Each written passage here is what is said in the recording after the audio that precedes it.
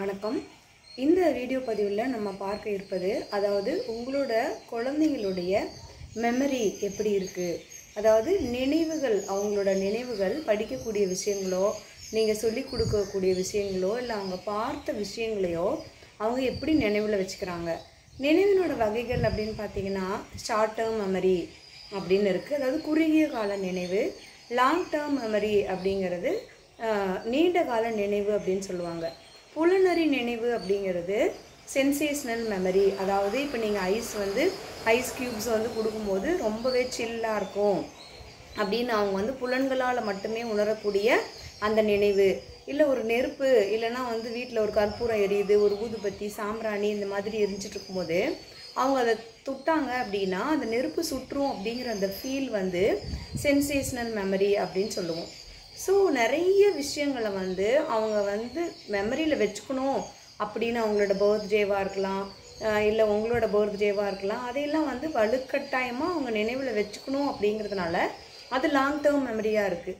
சில விஷயங்களை அவங்களோட ஷார்ட் டேர்ம் மெமரியில் வச்சுருக்காங்க.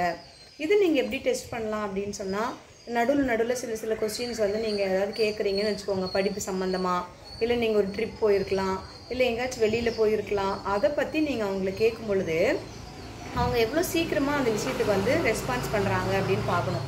நீங்கள் இப்போ ஒரு சயின்ஸ் எக்ஸிபிஷன் போயிருக்கிறீங்க, இல்லை ஒரு நார்மலாக ஒரு எக்ஸிபிஷன் போயிருக்கீங்கன்னு வச்சுக்கோங்களேன். அங்கே நீங்கள் என்ன பொருள்லாம் பார்த்தீங்க அப்படின்னு சொல்லிவிட்டு நீங்கள் நெக்ஸ்ட் டே கேட்குறதுக்கும், நெக்ஸ்ட் மந்த்து கேட்குறதுக்கும், 6 months after or 1 year after கேட்குறதுக்கும் என்ன வித்தியாசம் இருக்குது அப்படின்னு சொல்லி பார்க்கணும். அதாவது நெக்ஸ்ட் டே கேட்டால் அவங்க எந்த அளவுக்கு எக்ஸாக்டாக சொல்கிறாங்க, 1 monthக்கு அப்புறம், 6 monthsக்கு அப்புறம், இல்லை ஒரு 1 yearக்கு அப்புறம் அவங்க எப்படி சொல்கிறாங்களா அப்படின்னு பார்க்கணும்.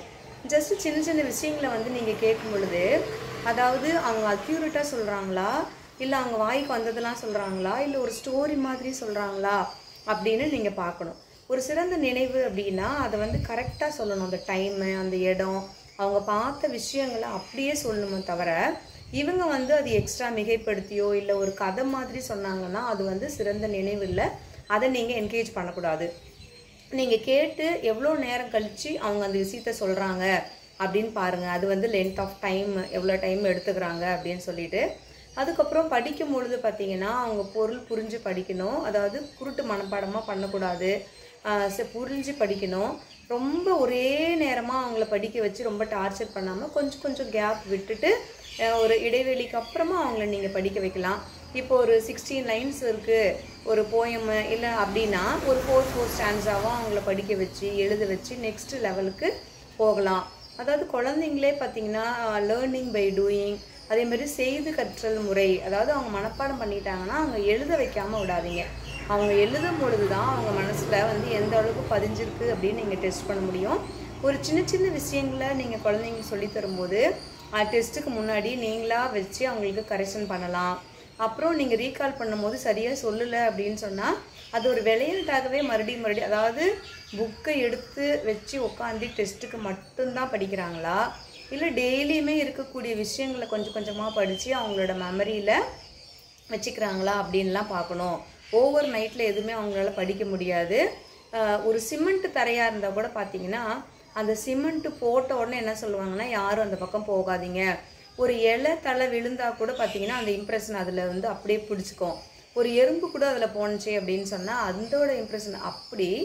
அதுக்கப்புறமா நீங்கள் அது நல்ல ஸ்ட்ராங்கான வாட்டி நீங்கள் அதில் ஒரு கல்லை போட்டால் கூட ஒன்றுமே ஆகாது. அப்போ ஒரு சிமெண்ட்டுக்கே அப்படின்னா நம்மளோட மனசில் அவங்க படித்த விஷயம் பதியறதுக்கு கொஞ்சம் டைம் எடுக்கும். ஸோ அதனால் அந்த விஷயங்களை அவங்களுக்கு திரும்ப திரும்ப நீங்கள் சொன்னீங்க அப்படின்னா, ரிப்பீட்டாக சொல்லும் பொழுது அவங்கள மனசில் நல்லாவே பதிஞ்சிரும். இப்போது ஒரு சில ஆடு, சாங்ஸ் எல்லாமே என்னென்னா ரிப்பீட்டடாக கேட்குறதுனால தான் அவங்களுக்கு அந்த மனசில் பதியுது. சின்ன குழந்தைங்களுக்குலாம் பார்த்திங்கன்னா ஃப்ரூட்ஸு, வெஜிடபிள்ஸு இது எல்லாமே பார்த்திங்கன்னா அவங்கள சுற்றி வரைஞ்சி போட்டிருப்பாங்க.